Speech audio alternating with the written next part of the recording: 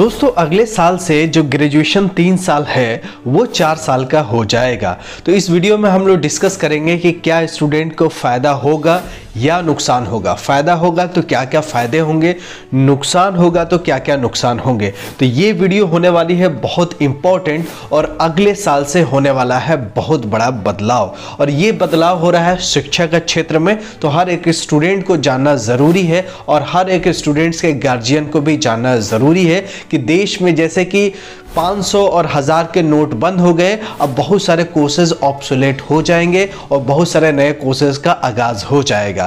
तो ये 3 साल का कोर्स 4 साल क्यों किया गया है, इसके पीछे रीजन है नेशनल एजुकेशन पॉलिसी 2020। एनईपी 2020 आई थी जब रमेश पोखरियाल जी शिक्षा मिनिस्टर थे। रमेश पोखरियाल जी जब शिक्षा मिनिस्टर थे तो उन्होंने ही लॉन्च किया था एनईपी 2020 यानी नेशनल एजुकेशन पॉलिसी 2020। इसमें पॉलिसी बनाई गई थी, गाइडलाइंस बनाए गए थे, नियम कानून बनाए गए थे, लेकिन इम्प्लीमेंटेशन जो था वो स्टेप बाय स्टेप था, यानी इकट्ठे सारे एक साल में लागू नहीं हो सकते थे। तो फेज आउट करके फेज वाइज किया जा रहा है। जैसे अपर कॉलेज में एडमिशन्स के लिए सेंट्रलाइज एडमिशन टेस्ट होगा जो CUET का नाम से जाना जाता है, तो पिछले साल से शुरुआत हो चुकी है। और आने वाले समय में एनईपी में और भी बहुत सारे चीज़ है, जैसे नेशनल क्रेडिट फ्रेमवर्क्स, वो भी शुरुआत की जा रही है। क्लास 5वीं से लेकर PhD तक का फर्क पड़ेगा, उसका वीडियो मैं आई बटन पे दे दूंगा, आप देख लीजिएगा। अब ये 3 साल का जो ग्रेजुएशन है अब 4 साल हो जाएगा, तो क्या क्या स्टूडेंट को फायदे होंगे। सबसे पहले आपको बताना चाहता हूं कि अगर आप 1 साल कोर्स करके छोड़ देंगे तो ग्रेजुएट सर्टिफिकेट आपको मिल जाएगा। अगर 2 साल करके आप छोड़ेंगे तो ग्रेजुएट डिप्लोमा का सर्टिफिकेट मिलेगा। अगर 3 साल कोर्स करके छोड़ देंगे तो ग्रेजुएट डिग्री मिलेगा।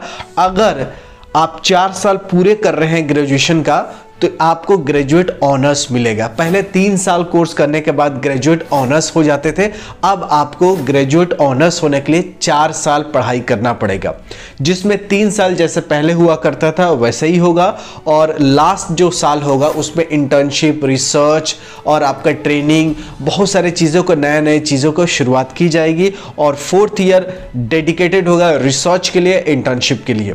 तो ये 4 साल का कोर्स हो गया जो किसी भी साल आप करके छोड़ सकते हैं, तो आपको कुछ ना कुछ सर्टिफिकेट मिल जाए, या डिप्लोमा मिल जाए, डिग्री या ऑनर्स मिलेगा। तो 1 साल करेंगे तो सर्टिफिकेट, 2 साल करेंगे तो डिप्लोमा, 3 साल करेंगे तो डिग्री, 4 साल करेंगे तो ऑनर्स मिल जाएगा। ये जो पॉलिसी है ये केंद्रीय विश्वविद्यालय के अलावा प्राइवेट यूनिवर्सिटी में भी लागू होगा, प्राइवेट कॉलेज में भी लागू होगा, जो राज्य के यूनिवर्सिटीज़ है, राज्य के जो कॉलेजेस हैं उसमें भी लागू होगा, सेंट्रल यूनिवर्सिटी और सेंट्रल कॉलेजेस है उसमें लागू तो होना ही होना है। तो सेंट्रल यूनिवर्सिटी हो, स्टेट यूनिवर्सिटी हो या प्राइवेट यूनिवर्सिटी, सब में ये 4 साल का कोर्स लागू होने वाला है। अब इसमें स्टूडेंट का क्या फ़ायदा होगा। सबसे पहला फ़ायदा होगा कि सब्जेक्ट में फ्लेक्सिबिलिटी मिलेगी। यानी पहले ग्रेजुएशन में मान लीजिए कि पहले साल में 5 सब्जेक्ट होते थे, वो 5 सब्जेक्ट आपको पढ़ने होते हैं। अब क्या किया जाएगा कि 3 सब्जेक्ट फिक्स कर दिया जाएगा और 2 सब्जेक्ट आप अपने अनुसार चूज कर सकते हैं।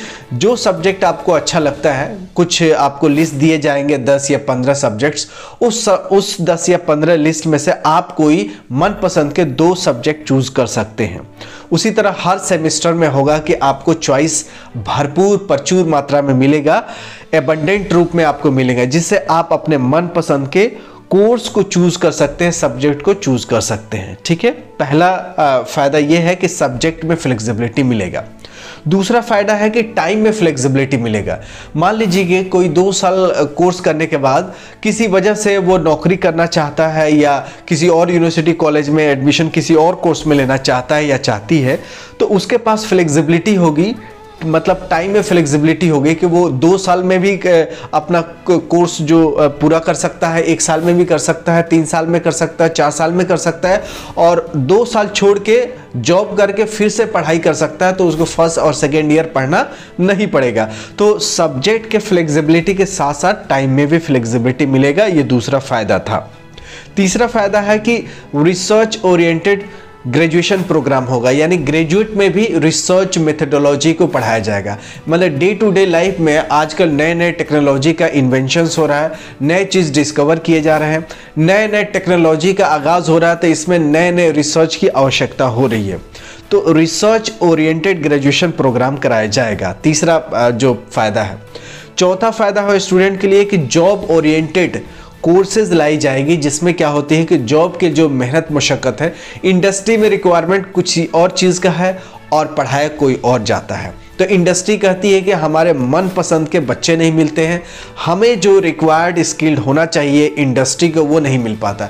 तो कंपनी रोना रोती है कि मुझे अच्छे स्टूडेंट नहीं मिलते हैं, और स्टूडेंट कहते हैं कि हमें अच्छी नौकरी नहीं मिलती। तो दोनों में लड़ाई रहता है, कंपनी में भी यूनिवर्सिटी में भी। तो इसको दूर करने के लिए जॉब ओरिएंटेड सब्जेक्ट लाए जाएंगे। चौथा ये प्रॉफिट था। पांचवा प्रॉफिट देखिए कि फॉरेन में अगर आप अमेरिका, यूरोप में, सिंगापुर में जाते हैं पढ़ने, ऑस्ट्रेलिया में, या आप जाते हैं न्यूजीलैंड में, तो वहाँ 4 साल का ग्रेजुएशन मांगता है और अपने यहाँ 3 साल का होता है। तो बच्चों को किसी न किसी तरह किसी 1 साल कोर्स करके 4 साल पूरा करना होता है। उसके बाद जाके वहाँ मास्टर डिग्री में एडमिशन होता है। बीटेक तो 4 साल का है, यहाँ एमबीबीएस तो 4 साल का है, लेकिन जो नॉर्मल प्लेन बीएससी, बीकॉम और बीए कोर्स है वो लोग मारे जाते हैं, उनको 1 साल का और कोर्स करना पड़ता है। तो अब 4 साल का जो कोर्स हो जाएगा तो उन लोगों को डायरेक्ट फॉरेन में एडमिशन आसानी से हो पाएगा। अब नुकसान क्या होंगे? नुकसान ये होंगे कि 1 साल एक्स्ट्रा बढ़ गया तो टाइम 1 साल ज़्यादा लगा बच्चों को ग्रेजुएट होने में, और पैसे भी 1 साल के ज़्यादा लगे। तो पैसा और टाइम 1 साल का लगना ये स्टूडेंट के लिए नुकसान है। और अगर फ्लेक्सिबिलिटी सरकार दे रही है कि आप 1 साल करके छोड़ सकते हैं, 2 साल करके छोड़ सकते हैं, तो बच्चे के मन में ये होगा कि चलिए नौकरी मिल गई है तो 1 साल में छोड़ देते हैं, 2 साल में छोड़ देते हैं। पहले क्या था कि 2 साल के बाद छोड़ते थे तो बहुत नुकसान होता था, तो गार्जियन भी बोलते थे, लोग भी बोलते थे यार 2 साल आपने कर लिया है, 1 साल और पूरा कर लो, बाद में नौकरी तो करना ही करना है। तो बच्चे ज़बरदस्ती इस पॉलिसी से, पुराने वाले जो पॉलिसी था उस पॉलिसी से ग्रेजुएट किसी तरह हो जाते थे, तो हायर एजुकेशन में एनरोलमेंट रेशियो अपने देश का बढ़ जाता था। अब ड्रॉप आउट्स भी बढ़ जाएंगे क्योंकि आपने फ्लेक्सिबिलिटी दे दिया, आपने मौका दे दिया कि बीच में छोड़ के बाद में करिएगा।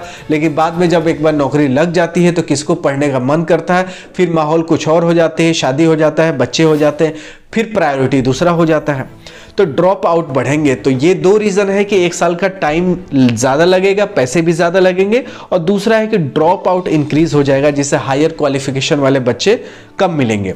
तो मुझे उम्मीद है कि आपको ये वीडियो में मैंने आपको बता दिया है कि क्या क्या आपको फ़ायदे, 5 फायदे बता दिया है और 2 नुकसान बता दिए हैं। अब सरकार ये पॉलिसी तो लागू कर ही रही है। अब आप लोग कमेंट बॉक्स में बताइएगा कि आपके हिसाब से क्या आपको फ़ायदे होंगे, क्या आपको नुकसान होंगे, क्योंकि मैं तो अपने हिसाब से बता दिया रिसर्च करके, और आप लोगों के मन में क्या है या आप लोगों का अपना रिसर्च क्या है कि ये 3 साल का ग्रेजुएशन 4 साल हुआ है तो इससे आपको फ़ायदे होंगे या नुकसान होंगे, ज़रूर कमेंट बॉक्स में बताइएगा। और ऐसे यूज़फुल वीडियो देखने के लिए मेरे चैनल को हमेशा सब्सक्राइब कीजिएगा, वीडियो पसंद आए तो लाइक कीजिएगा। नेशनल क्रेडिट फ्रेमवर्क क्या होता है आई बटन पे दे दूंगा, या वीडियो के डिस्क्रिप्शन में या एंड स्क्रीन पे आप नेशनल क्रेडिट फ्रेमवर्क जो भी अगले साल से लागू होने वाला है उसको ज़रूर देख लीजिएगा। मिलते हैं ऐसी यूज़फुल वीडियो के साथ, तब तक you take good care of yourself. जय हिंद, जय भारत।